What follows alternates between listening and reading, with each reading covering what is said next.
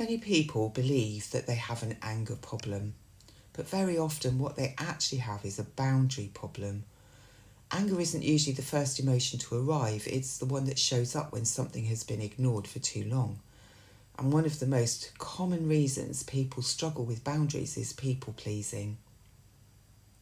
People pleasing usually begins as a way to stay safe.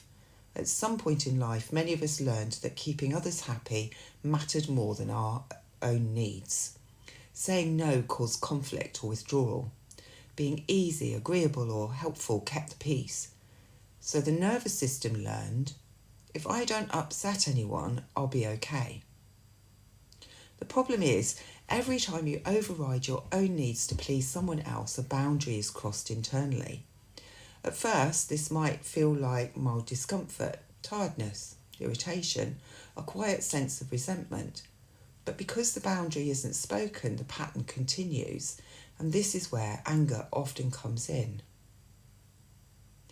Anger isn't random, and it's not a character flaw, and it isn't something that appears out of nowhere. Anger often arrives when you said yes too many times when you actually meant no. It arrives when your needs haven't been acknowledged, or you felt taken for granted. You've abandoned yourself to maintain connection. Anger is the nervous system saying, this isn't okay anymore. It's a protective response, one designed to restore power, space, and self-preservation. The issue isn't that anger exists. The issue is that you've had to wait so long to be heard. Anger does protect, but it comes at a cost. When anger becomes the only way boundaries are enforced, it often leads to guilt or shame afterwards, damaged relationships, being misunderstood, emotional exhaustion. Many people then judge themselves for the anger without recognising that it only appeared because earlier signals were ignored.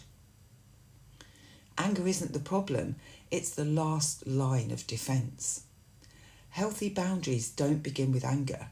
They begin much earlier as subtle signs in the body, a tightening in the chest, a sinking feeling in the stomach, a sense of discomfort or unease.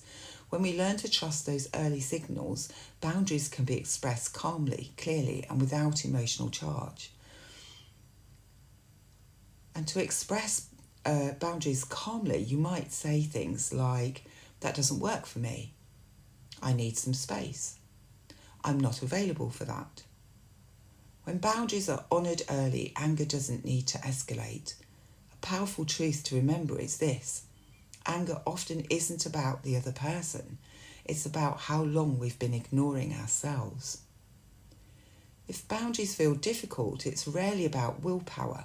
It's often about old conditioning, fear of rejection, fear of conflict, fear of not being loved, fear of being too much. Healing involves restoring a sense of internal safety where your needs matter, your voice matters, and saying no doesn't feel dangerous.